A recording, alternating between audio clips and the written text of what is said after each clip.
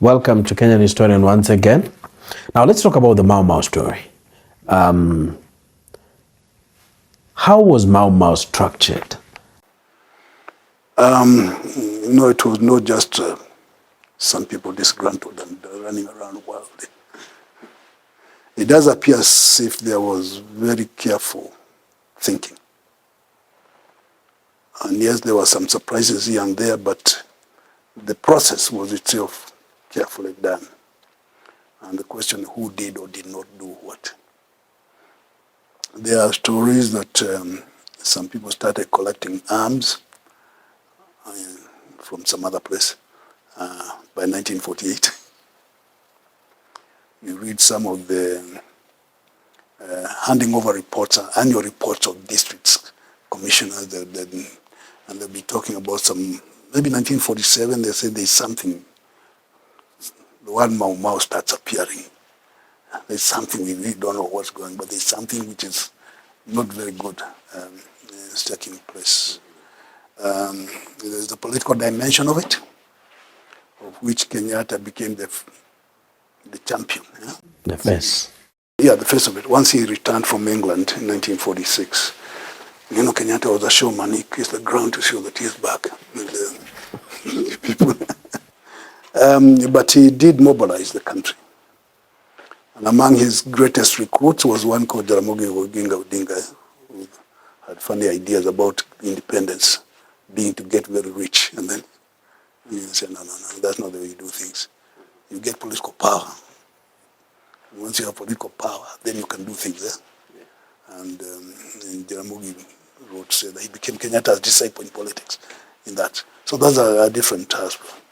Now, there were different expectations. The post-World War II period was one of upheavals and anti-colonial upheavals. India became independent and split. Palestine became volatile with the establishment of Israel in 1948. There were commotions in Egypt, so the British were not welcome in Egypt. And in the Middle East, in India and everything. They had problems in Malaya, which we call Malaysia nowadays, and things. So there were these commotions. There were also two movements, one would say. The anti-racist movement was picking up because of what Hitler had done. So no power wanted to be associated with what? Racism as an official doctrine, except for South Africa, which embraced apartheid. So you have this distancing from racism as an official doctrine of various powers.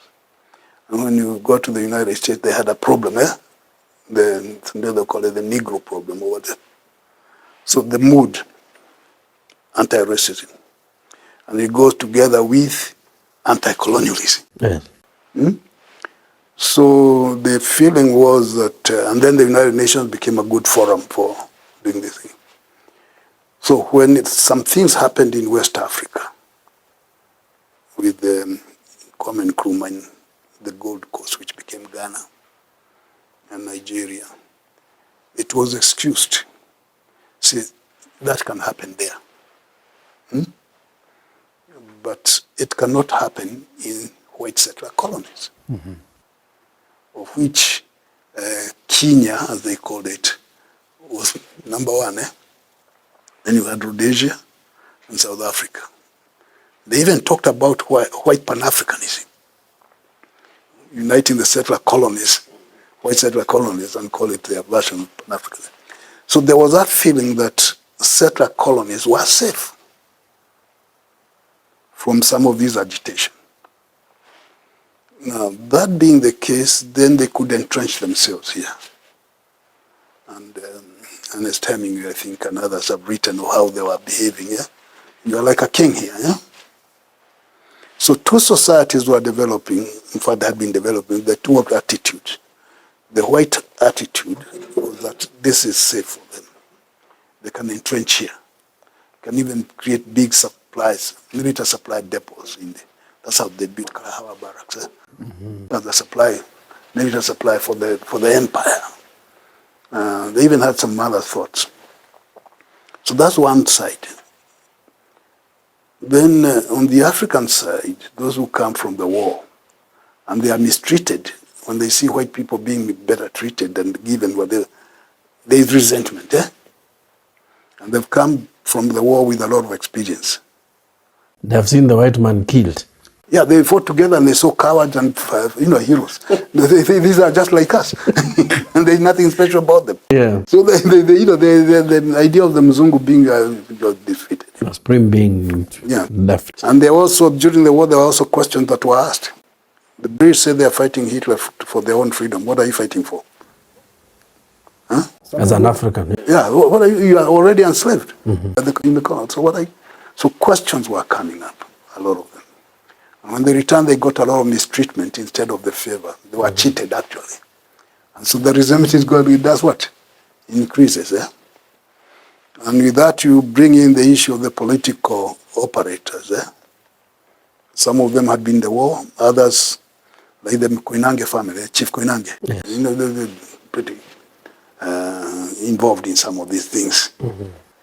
And then the return of Kenyatta, and then the reviving the old KCA without calling it KCA. Some old KCA operators like Jesse Kariuki. Very saying now something has to be done, eh? Because talking is not helping. So that's why by 1940s you start hearing there something coming up. Some things are being done. By 1952, it was very clear that the anti-white sentiment was intensifying. The evidence for that was that chiefs started getting into trouble. Not just chiefs, but the elite who seemed to empathize with the Mzungu found themselves in trouble. One person who was a Kau official, used to be secretary, I'm sure you Konyo. People tried to shoot at him. Say why? Because he had signed on behalf of Africans for Nairobi to be chartered as a city, which meant that he had sold out. So they tried killing him, but he survived because Kenyatta begged people, please, leave him alone. He was mistaken, that's one. He was mistaken. So there is tension going on. And within that tension, the question is, what should be done? And the realization was that eventually there have to be some confrontation there. Yeah. And that realization was not something new because it had been predicted in 1901 or 1902 by Francis Hall. That is what was going to happen. And Captain Maynard Sagan had also predicted the same thing. There is going to be this confrontation. And when it happens, you better not be around there. So there was building up. Now, a few white people noted and they were telling the government to do something. And they did very little. The governor was trying to get out. So even when Princess Elizabeth came to visit, it's partly because the place was good. And then within a short time there was what? Chaos. So the recruitment of the people to do the actual fighting was done very high level. Jesse Kariuki was involved there. Yes. Yeah. And supposedly he is the one who commissioned, together with Kenyatta, General Madenge to be the overall commander. The famous General Madenge. Yes. And supposedly Dedan Kimathi was given book to be the record keeper because he could read and write.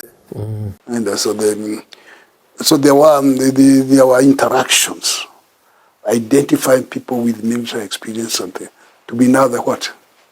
Some sort of leaders in the. So when it broke out, when the emergency was declared, and the declaration intended to snuff out the leadership, because the assumption was that cow leadership is the one creating problems. So just cut the head off, then everything will be okay. And they gave themselves about 3 or so months to finish the whole matter. Instead of finishing, it intensified. So those who had been appointed, commissioned one way or the other, then led. That's why now Kimathi and Madenge and General China, people with some good ideas, they went and created structures within. Now, in those structures, they needed to have their contacts outside. Mm-hmm. So the Nairobi became kind of a supply center for whatever they needed, the weapons, the guns, the food, whatever it is, the supplies. Joseph Murundi has talked about his involvement in it because he was a kind of official. They established their own network of espionage information system. So they had intelligence? Oh, yes. They had very good intelligence. In a different way. I wrote about that somewhere. So here, there. So they knew what was going on the other side. And therefore would be able to plan. So the first 2 years, the British were not doing well, although they had thought they would finish very quickly. Let me take you back to that point. You've talked about them having intelligence. Yes. Now, one of the things we read was about guerrilla war. Yes. To sustain it, it was basically an ambush thing. You wait for people either on the road or you ambush their homes and go back to the forest. But those who understand it say it wasn't just the way people think, like a blunt operation. It was well planned. It had all the formations that are needed in the military kind of war. So that's why I said they identified people who had experience in World War II. Some of them, not all of them, but some of them. They knew. And they knew the value of intelligence. Usually the young ladies were the ones who were very good in acquiring information and passing. Yes, there were blunders here and there. I mean, as expected, and there were. But even those ambushes, to ambush somebody, you need to know whether the person is coming or not, and their route and everything, and then how they are going to be equipped, so that you can beat them up. And if they are overwhelmingly armored, then you know how to avoid direct confrontation. And that's the purpose of the intelligence. And some of them, they became General Kago. He ends up being the best known fighter of the whole thing. Because he even used to stage and say, now we are going to have confrontation in a particular place, and they go and get them and fight. Send some fear across the board. So yes, they did have their intelligence. And their intelligence system was actually broken with the Operation Unveiled, 1954. So they were fixed in that way. But by then, it became clear that the war was not simply a military operation. In fact, British generals were saying, no, we are fighting the wrong war. This is a political war. Yeah, political. This is politics. It's not just about shooting up and down. Because if it's a question of shooting, of course, the Mauma were outshot eventually. Some of them, we think of them as heroes because of they raided Naivasha, they did things like that, or they shot down an aeroplane somewhere, and we talk about all these nice things. But it had the effect of changing the attitude. And so it played a big role as far as Kenya's independence is concerned. Oh yeah, it was the critical one. It was the critical one. Because after that, that's when you start saying, now, can we groom Africans to be the leaders? Because this thing is gone. And that's where Mpotomboya comes into the picture and a few other people. And the election of 1957, it was an outcome of that thing. But that's at the domestic level. As for the British, they ensured that as little information as possible got out that could be said to be in favor of the Mau Mau. Even the United Nations, they tried to gag it. There was kind of a deal between the United States and Britain on avoiding discussions of the Mau Mau War at the United Nations. It was there. They tried to deport people from wherever they were. People were being harassed in Zambia or Tanganyika. I've talked to some people who said they were in Tanganyika when they were, because confine and make it a central thing, a Kikuyu thing, rather than a. But the picture outside there, when Prime Minister Nehru of India discussing the Mau Mau with U.S. Secretary of State John Foster Dulles, and he told Dulles, "You people stop supporting the Americans and the British, because this thing is going to spread all over Africa, and the British are wrong." And Nehru was very clear, told the Indians here, "You have no business being on the side of the British." Okay? And that's why he sent his lawyers, some of the top lawyers in India, to come and defend Kenyatta in this place. You see the networking. Now the impact of the outbreak, first of all, it was shock.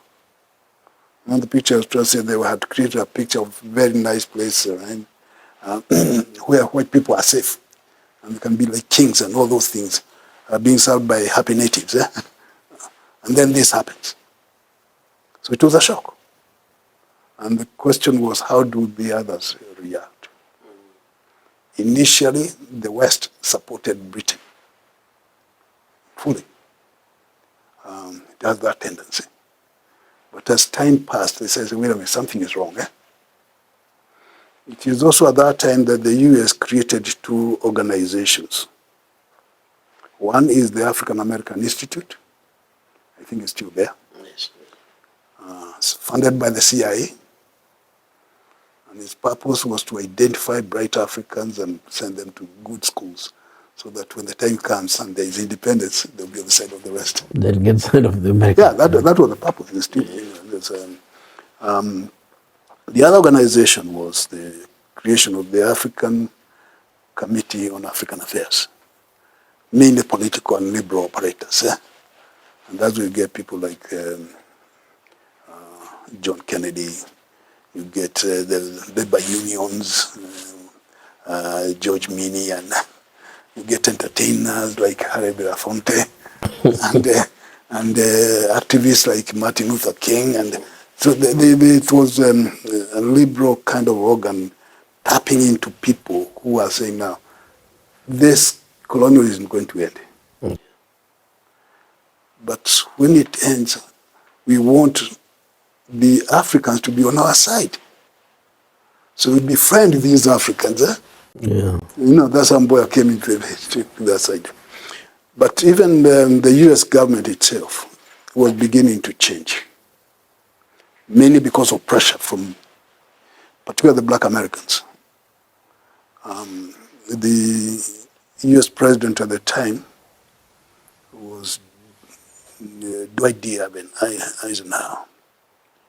And Eisenhower wrote a letter to Prime Minister Winston Churchill, who had gone back to office, and urging him, please, can you make a statement about potential autonomy and freedom for so that we stop being accused? And Churchill, who had a reputation for defending the empire, used to do that during World War II against FDR. So he replied and said, look, he's not interested in giving votes to the Hottentots, irrespective of whatever. And I guess the Hottentot he had in mind at the time was Jomo. So the impact was different. Yeah. Whether it's in what we call Zambia today, whether it's the reaction in India, whether it's in somebody trying to raise it at the United Nations. And as an example, we have the authority of Nelson Mandela and Mugabe, Robert Mugabe, who said the reason they took up arms is because Kenya had showed them how to do it. Okay? Before they had been told, no, you can't do nothing, they're powerful. And then they see it happening. And Kenya was becoming independent. By 1958, 59, it was clear. So they said, wait a minute, that's the way to do it. Yeah. So the impact was bigger. Yeah. Now, the Mau Mau impact had the same effect as the Algerian War, which came after the Mau Mau. Yeah? Because the French could not hold on to Algeria, they gave independence to those who didn't want it in their colonies. It's because Guinea had refused to cooperate. And that's the impact we are seeing now, the reactions in the Sahel, trying to kick out the French, the vestiges of French, because at that time it was not that. The same way, so in the British colonies, if they couldn't hold on to Kenya, what's the use of holding on to the others? Okay. And so there was that. So it had this big impact, psychological impact, on colonialism as a force for destroying colonialism. Now, when you look at it, you talked about the leaders of the Mau Mau. Yes. Talked about the political and, let's say, the wanajeshi, wale wa kupigana. When you talk about the Mau Mau, one of the pictures that comes in is of Dedan Kimathi. Yes. Having been arrested, lying down, looked like someone who either was sympathizing with someone or something like that, or had pain, which is not about either being wounded or something, like something in the heart when you look at the picture. So tell me a little bit about Dedan Kimathi's role in the Mau Mau. Well, Kimathi was an agitator. He was a cow official in Nyahururu before the outbreak. He was a literate person. He could read. He was an orator. He could also think deep. So he himself, once he took the various oaths, was one of the agitative young men. There is an incident that took place, I think it's colonial, when Kenyatta, of course everybody is there to listen to Kenyatta, and he reportedly turned to his friend, Jesse Kariuki.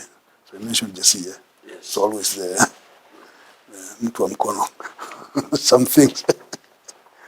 And he asked Jesse, do we have enough people? And before Jesse could reply, Kimathi replied and shouted, yes, we have. And you said, meaning what? That you have enough people to do what? Now I think Kenyatta probably he got the message, what. And that's when he supposedly shed some tears and told them, you people, you know, this thing, you don't use water. What you're saying, this is not water. Are you ready to persevere the kicks? And I will hold the horns, I will hold the bone, and you persevere the kicks. And they say, yes. And the person who led the saying, the yes, was Kimathi. So he's got, now previously they had interacted when Kenyatta visited Nyahururu. And Kimathi was not amused because as the official of cow in Nyahururu, or what they used to call Thompson Falls, and Kenyatta supposedly went to stay with one of the elite of the neighborhood. Yeah. So Kenyatta liked elite. So you go and interact with them or stay with them. And supposedly Kimathi was not amused. He said, wait a minute, I'm the official, co-official here. And he goes to stay with somebody. And it's some kind of not very good bad blood. So there were those differences. That, but then if it is also true what is said, that is Kenyatta who gave Kimathi the book, will be the secretary. So we have those statements. that Jesse, Kariuki, and Kimathi are the ones, and Kenyatta are the ones who commissioned Mathenge and Kimathi. And would you be the keeper of records? And you, here's what. Some people insist that the gun, Kenyatta gave Kimathi either the gun or the sword, depending on who you're talking to. If you go to his monument, a statue in Nyeri where he was shot, he's there with some sort of. So they say, hey, this Kenyatta gave him this. So there is that. Now, when he was shot, actually he was desperate. Because he was alone. And there was a bounty on his head.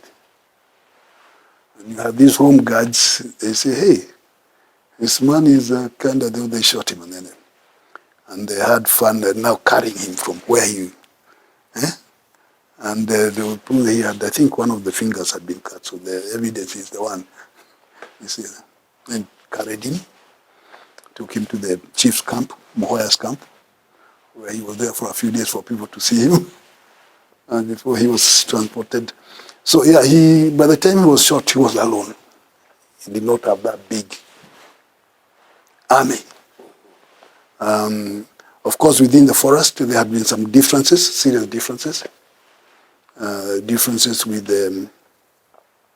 Mathenge, which became a mystery. Differences with the General Kago.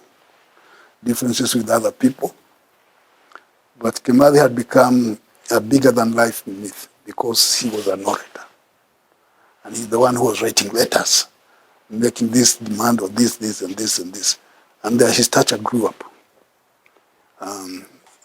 that way. So the question is, had he survived, what would have happened? Well, he was sentenced to die, and they hanged him. Well, there's some consultations as to whether he should die or not, we don't know. But we know that General China had also been sentenced to die, and he did not die. So why is it that Kimathi had to die? And this one did not die. Yeah, and China had been was arrested earlier, much earlier. But then came the crackdown. Yeah. By the British. Yes. How vicious was it? Very vicious. I think Aaron Elkin has got a good discussion on that, and so does, to some extent, David Anderson in the Histories of the Hand. Now, once they were not able to crush this thing the way they thought within 3 months, then they needed to come up with ways of isolating these people and deny them access. That's why Operation Unveiled comes into the picture. After the capture of General China, I think he might have told them how they operate, and that's why he survived them.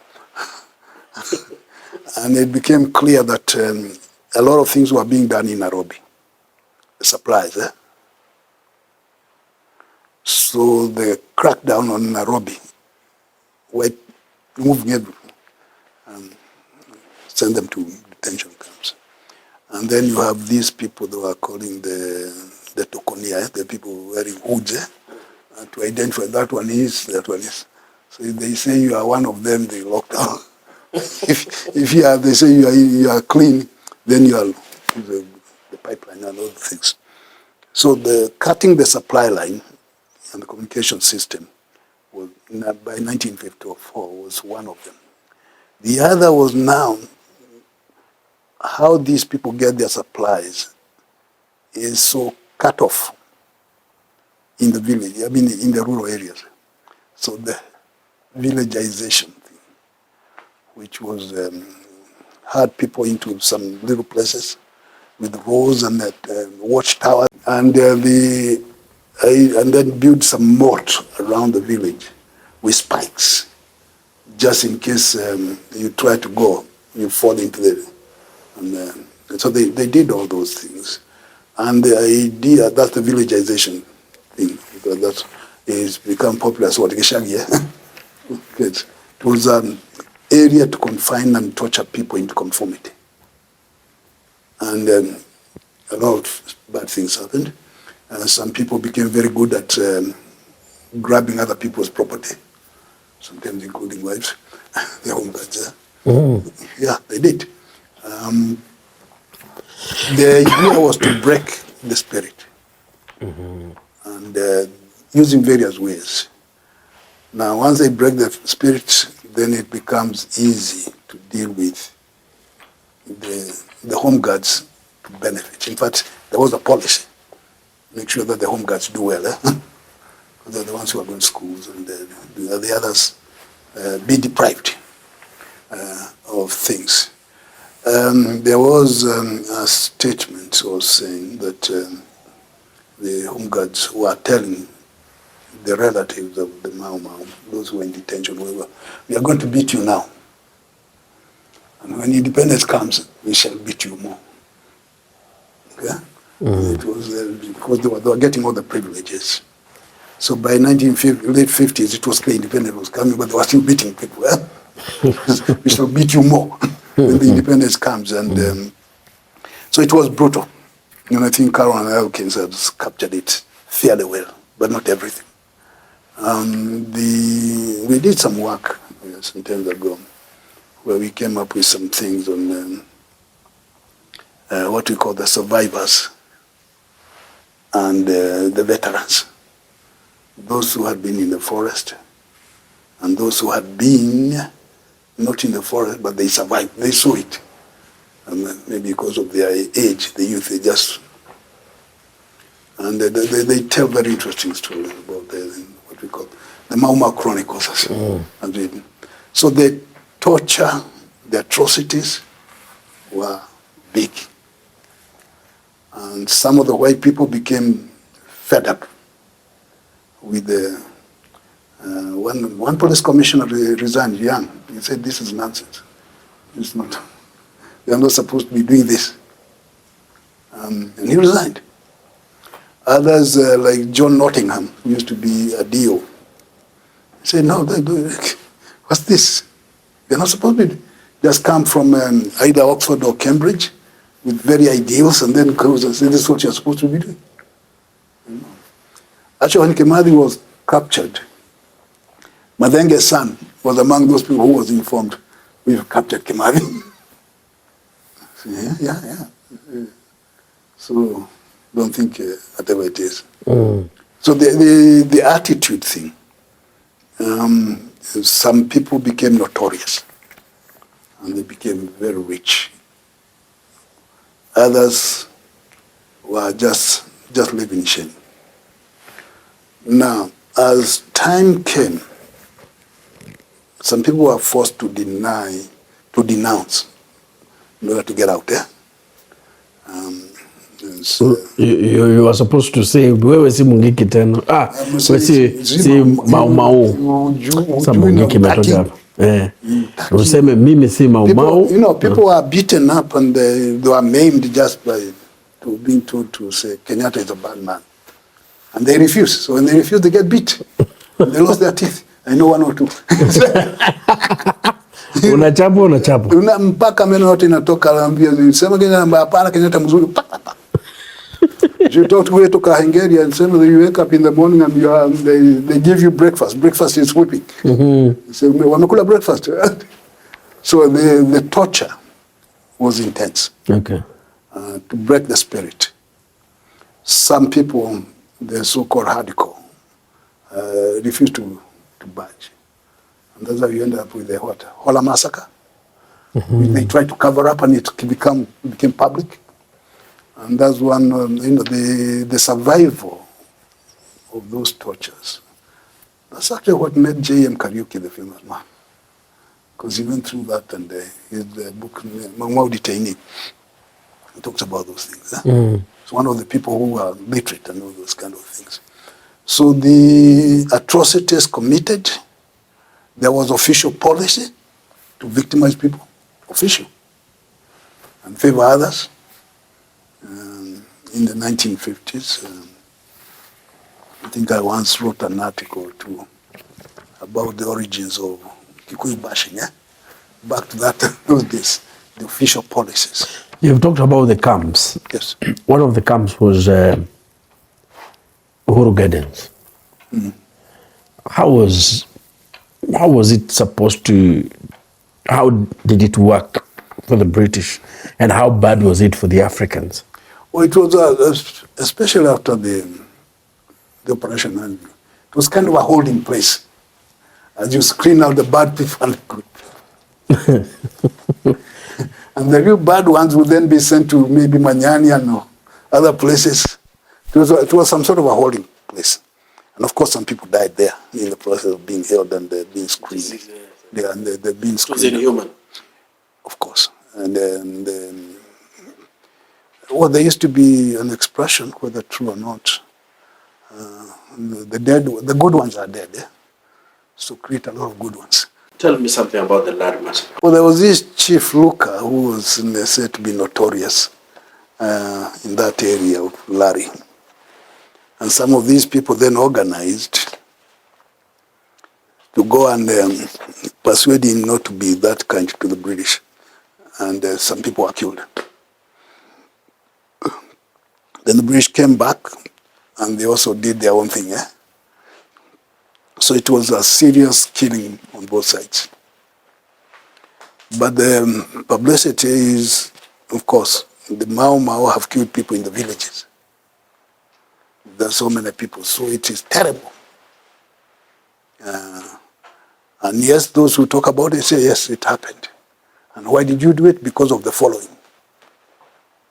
People, now, that Lari area and then the Lemuru area, Tigoni, so people had been chucked out. And some of them moved into those places. And then the Chief Luka was said to be one of those people really notorious in obeying the Mzungu orders and mistreating people. So I think I mentioned earlier that they had started pinpointing anyone who seems to be overly on the other side, something would happen to him.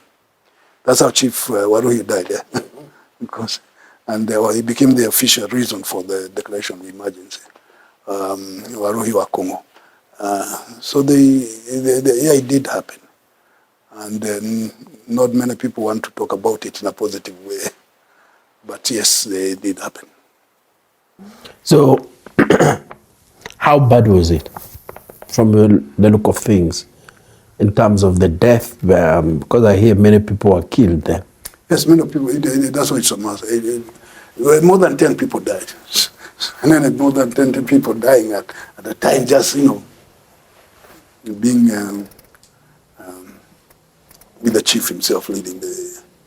It was bad. Mm-hmm. It also sent a message from the Mau Mau side, the message, we are coming for you. You doing this and this and this, watch out. Mm-hmm. And the British side, of course, they retaliated. You do it, we see. Some of the people who might have been involved, they don't want to talk about it. That's the other thing one notices with the Mau Mau operators. They really don't want to talk about it. Mm-hmm. Until you persuade them that it is in their interest to do it. When you do that and they agree and they don't see you as an enemy, then they can tell you. As we wind up, everyone talks about the betrayal of the Mau Mau. Yeah. From where you sit as a historian and a scholar, it's heavily talked, it's widely spoken, yes, about the Mau Mau having been betrayed. Yes. How many times? Because you've a little bit talked about where, for example, Dedan Kimathi appears to have been betrayed by his colleagues. Then there is the independence. Because even after fighting for independence and having a role in Kenya's independence, it appears when they were getting out of the forest, they got everything gone, and they were stopped. Like they didn't get something for the sweat they shed. Let me say. It's a question of perception and expectation. What was promised before the war? Land and freedom, eh? So the army, they created the Land and Freedom Army. They never called themselves Mau Mau. The Land and Freedom Army. And what were they fighting for? Land and freedom. Did they get any of them? Not many. Is it true that all the Mau Mau got nothing? That's not true. It's not true. A few got something. A few got. But most of them got nothing. I remember one incident at Taifa Hall, discussing Colonial Ken's book. And there were all these veterans there. And some of them stood up and said, wait a minute. You generals got something. We, the soldiers got nothing. They said it very clearly. Some generals got something. Most people got zero. And that's where the bitterness is. Yes, then, if you look at it, check properly. Kimadi's wife got some land there. In Kijabi or Jabin area. Yeah. Jabin. Yeah. It's Kenyatta who handed that, from what I understand. Now, what happened after that's another matter. General China had land. I think in Gilgil area. And of course, General China was a big one. JM also had land. And a few other generals who were around China, maybe, So a few people got something. But most of them got nothing. And that's where the feeling of what? Betrayal comes in. You say, you promised us. Kenyatta used to promise them. Before the war, that we get independent and we get the land back. And they went fighting and singing his praises. And that's what they were being beaten. And still saying Kenyatta is good. So the surprise was, most people do not understand Kenyatta. They still don't. Kenyatta was a multifaceted individual. He was an actor. And he knew which side of the bread is buttered, when and how.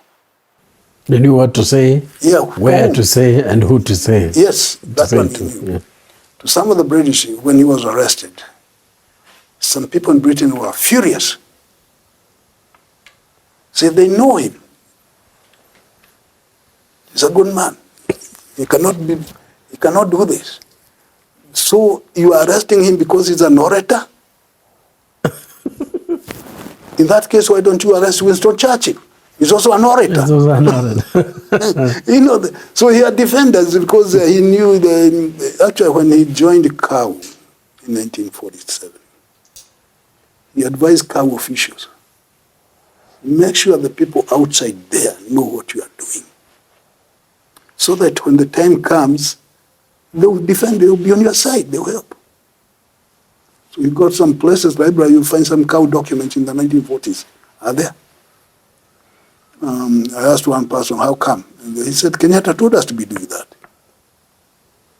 So he knew how to network. Yeah. So when he was running around, he visited Meru, so we are told. And that's where those people are accumulating what? Some weapons. Yeah. In theory, some of them coming from Ethiopia. In theory. So he told them, keep those things safe. So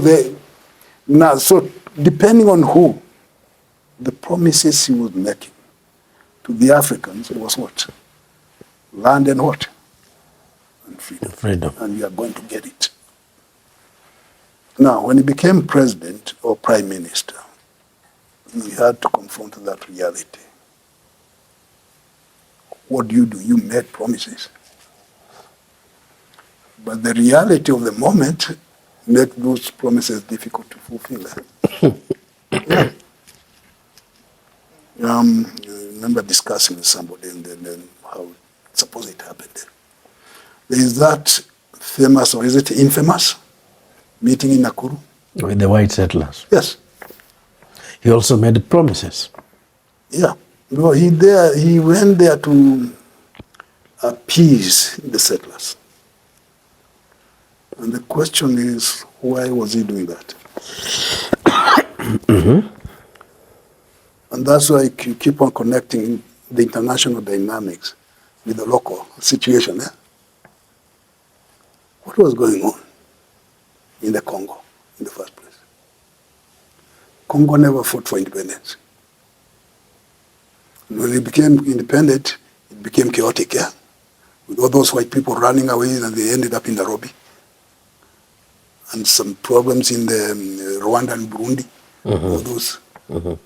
And the question that was raised, and among the people who raised it, was Smith Armstrong. So you know Smith Armstrong? Yes. He was a journalist in Nairobi, in East Africa, covering the whole of this place. And he knew all these politicians by name, all of them. So he raised the question, if Congo can be this way, and it never fought, what would happen to the land of the Mau Mau with Mau Mau chief as the leader? And with the Mau Mau chief, Kenyatta. So it was to be what? Chaos. And then these people decide to assure the West that Kenya will not be another Congo. So if it's not going to be another Congo, what do? So you assure the white people. And you tell the people, shut up. So the Kenyatta started talking about, hakuna chaburi, If you want anything, work for it. Work for it. I remember Njoroge Mungai. He was very close to Kenyatta at the time. Had a discussion with him before he died. Yeah, I mean when he was retired in his Rashid, not Rashid, these Magana farms. And they were discussing. And he explained that meeting in Nakuru. So they had these promises about what you are going to get our land. That's, and I think Mungai was there. I don't know whether they were Kibaki and Jaramogi and Tom Mboya at the back. And they advised this, and that. And when Kenyatta spoke, he spoke contrary to what they told him. And then they asked him, what did you do? And he explained to them, look, these white people here are capable of destroying the country. True or not? It's true. Is that what you want? No. That's why I did it. But we shall still get the land. And I'll show you how. But the main concern was to prove to the West that Kenya was not a gangster country. And then you look at the people who are surrounding him. Kenyatta himself, he was never a socialist of any kind. Oh yes, he was a proper bourgeois and loved it. You look at Jaramogi. He talks socialism, but he was no socialist of any kind. Because it's in the vogue. It's a political thing. Look at Mboya. The American front. British American front. Yeah. Look at Sagini. What do you expect from Sagini? Look, all of them. Maybe there may be somebody like Pinto who has some, and even Kagia. But the people, the team that took over, even Murumbi, could talk some welfare sort of thing, which might even sound socialistic, but they were capitalists. And for them, stability was very important. Murumbi talked about anchoring Kenya's foreign policy on the Mau Mau legacy. That's what Kenya is known for. And he was ignored. So Mau Mau now becomes anathema to the inheritors of the colonial state. And all they did is to remove white people and put black people. And the system continues. Yeah. And that's how now people start feeling betrayed. So this is not the same Kenyatta that we knew. He's not the one who used to come. This is not the one who was inspiring us and do this. And he's not the one. He's a different one. And that's where you have the sense of betrayal. Achieng' Oneko, when he was resigning from KANU in 1966, and he said, because he was a diehard Mau Mau, he said he never thought there would come a time when he and Kenyatta would separate. Because they used to be that close, eh? Yeah, I have pictures, they were very close. Yeah, they're very close. And sometimes in the speeches, sometimes Achieng' Oneko would sound more radical than Kenyatta before the war. And the law in him. Yeah. His son is still around, Olola Achieng' Oneko. And that change, whatever the explanations, is now what people felt was the betrayal. And then when he surrounds himself with people like Charles Njonjo, who was the British man in the cabinet, together with Bruce Mackenzie. He was more British than African. Yeah, no, in his mannerism. sometimes he was more British than the British themselves.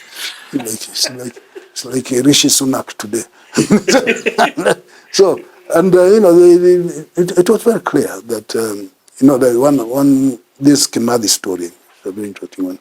We are told that people don't know where the grave is. His grave is. I don't think so. They know, but for some reason they don't want people to know. They should, and that's the question that comes up. Because in 1968, Gigi Kariuki was MP for Laikipia. He was always Laikipia something. But he raised a question about Kimathi's grave, who it is and who that is. And he was assured by the Minister of State, Mbio Koinange. Yes, we know where it is. We are looking after it. It's getting the best care. And soon, it will be exhumed, and Kimathi will be given a decent, heroic burial as a national hero. That's what Koinange said before the end of the year. Something happened because it was never done. So you ask, did Koinange lie in Parliament? And I doubt it. So the other day, somebody died saying he knows where it is. Yeah. So what I'm saying is that there are a lot of mysteries about the Mau Mau. Unraveling them will take a little more time by asking serious questions. Yes. Thank you so much. My pleasure. Always love talking to you because of the knowledge that you have about Kenya and the history of Kenya. Thank you so much. My pleasure. I hope it makes sense. Asante sana. All right. Asante. Okay, all the best.